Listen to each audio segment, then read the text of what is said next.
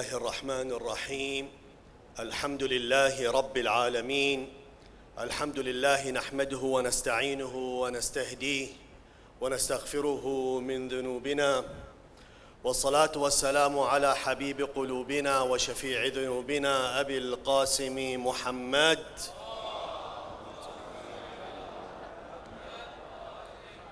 وعلى آل بيته الطيبين الطاهرين. بسم الله الرحمن الرحيم.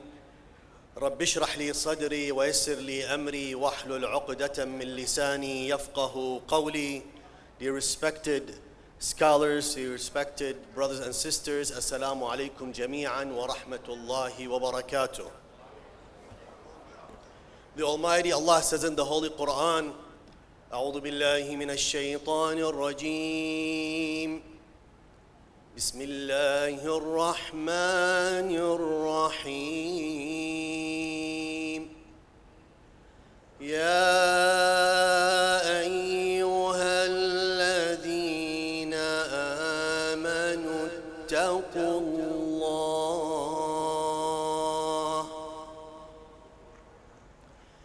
ولتنظر نفس ما قدمت لغد واتقوا الله إن الله خبير بما تعملون. صدق الله العلي العظيم.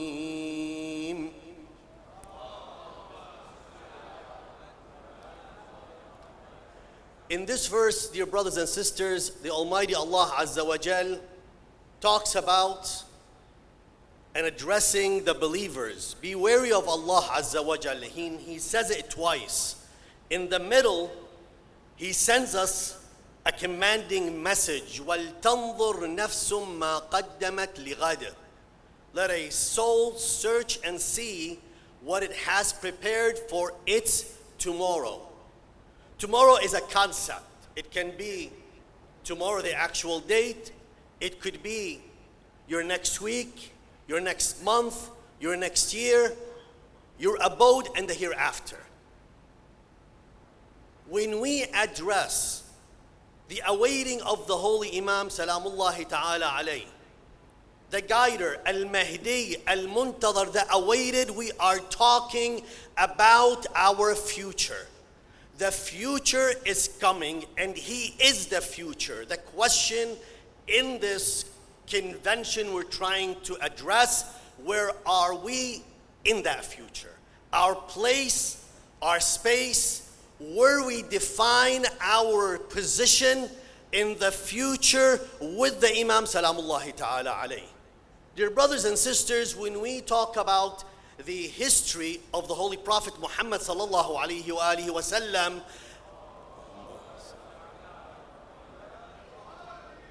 and the history of our Imams, the history of the Lady Zahra alayhi salam, there is a defined time of beginning and end.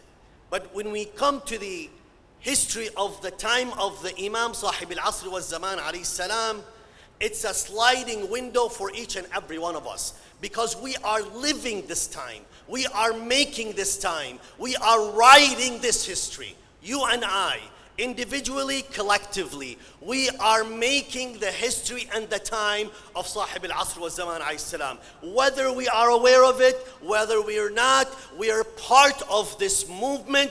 We're part of this sliding window, and we're seeing it at this moment now. Our now defines our future. As we look at these events, because my now defines my future self. I can look at my future self and ask, how do I define it within the framework and the paradigm of Imam Mahdi alayhi salam?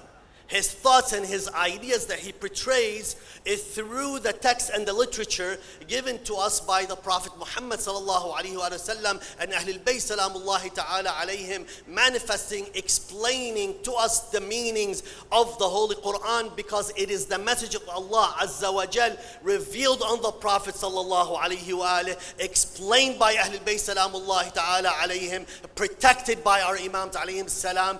Our role in this framework is requested to be seen by each one of us. What is it and where is it?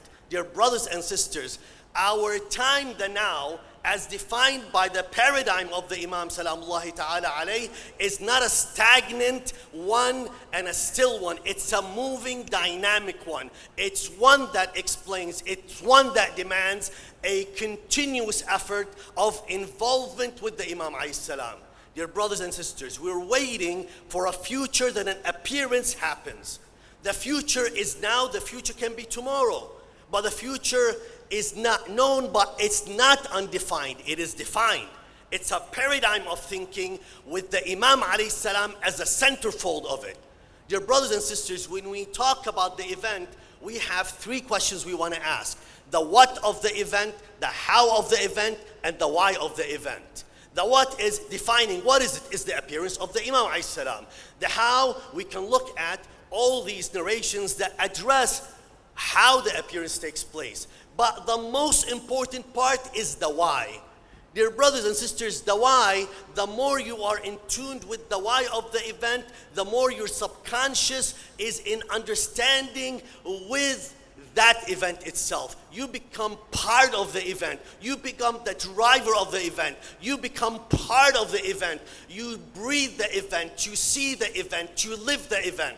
If we want to live the event, see the event, and drive the event, the why is important. As their eminence talked about, it is important looking at the rituals, looking at all this literature that talks to us is through the Imam alayhi salam, as if dua al-nudba, dua al-ahad specifically, dear brothers and sisters. If we look at one of the most important parts of the dua, because the beauty of dua al-ahad, as was mentioned earlier, it trains our souls, it trains ourselves to engage with the Imam on a continuous basis. It's a covenant. It's a promise. Dear brothers and sisters, we all have mistakes. I'm the first one to admit. I am so in need to catch up, to cleanse, to change.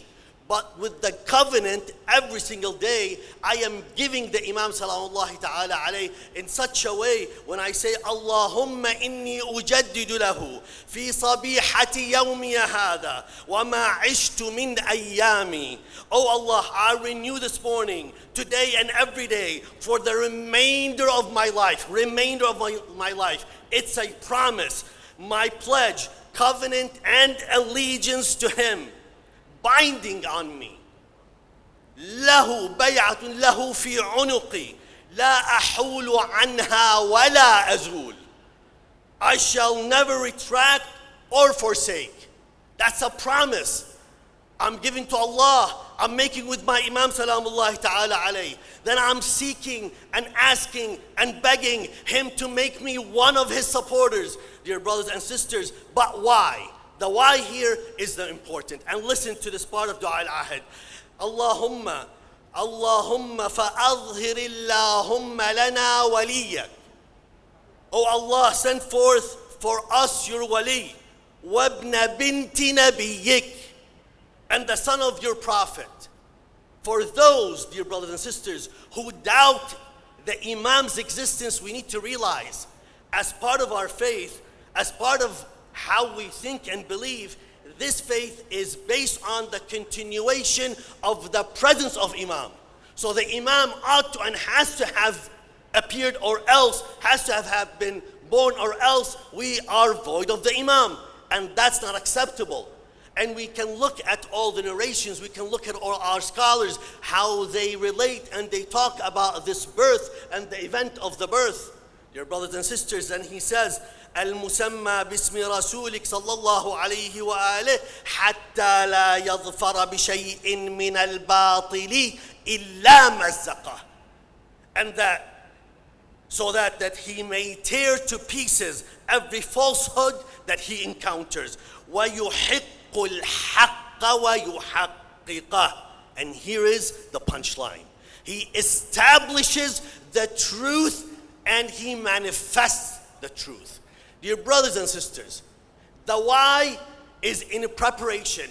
You and I, throughout our lifetime. So we aim and hope to be part with the Imam Salamullahi Ta'ala alayhi, because his ultimate vision, his ultimate objective is establishing the truth. The truth comes in many different ways. The truth is a description of these events that take place. The truth, dear brothers and sisters, you and I are seeking it today. You and I cannot be void of it today. You and I should be continuously looking, seeking, trying to find the truth in our lives, in everything we do. How do we search for the truth? This is the key, and I will leave you with this. Our truth, as followers of Ahlul Bayt Salamullahi Ta'ala alayhim, when it comes to our daily lives, cannot be void of the religion.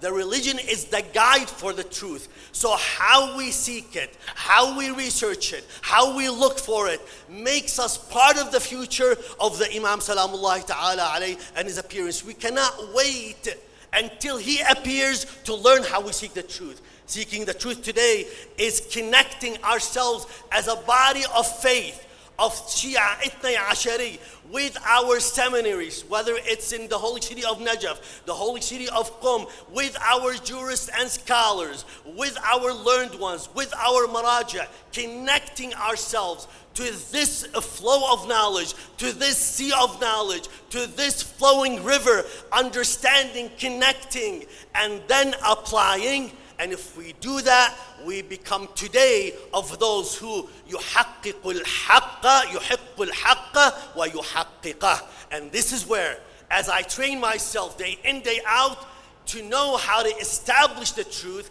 by learning how to seek it, by learning how to research it, by learning how to manifest it, I will be the one ready for him to support him when he appears. I ask Allah Azza wa Jal forgiveness and guidance.